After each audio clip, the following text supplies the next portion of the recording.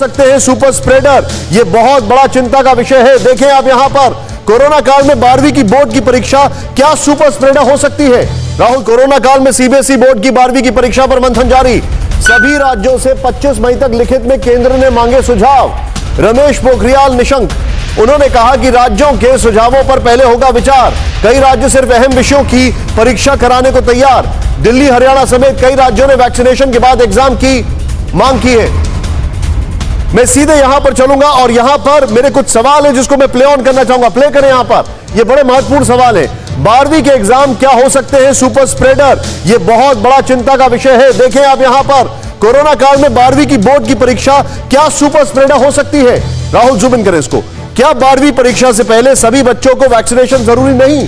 बड़ा valid point है। 12वीं में पढ़ने वाले कई बच्चों की उम्र 18 साल से कम, फिर उनका वैक्सीनेशन कैसे होगा? क्योंकि अभी उसकी तो वैक्सीन आई नहीं है। क्या 12वीं की परीक्षा 2 महीने टालने पर बहुत बड़ा एकेडमिक नुकसान नहीं होगा?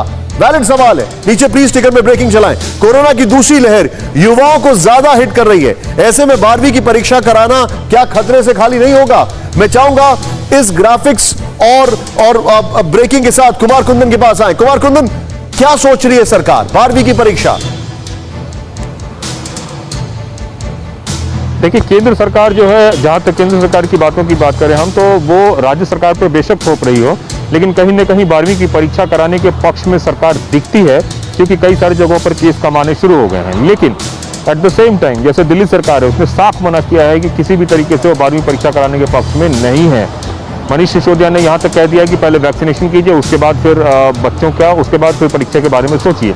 इसी तरह से कुछ और भी सरकारों ने सवाल उठाए हैं। लेकिन केंद्र सरकार जो पहले मूड बना रही थी कि इसको लागू किया जाए, अब सरकार जो है राज्यों के ऊपर थोप कर यह एक तरह से कंसेंसस बनाना चाहती है।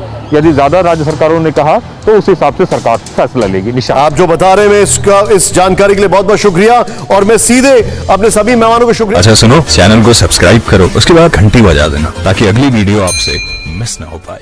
Thank you.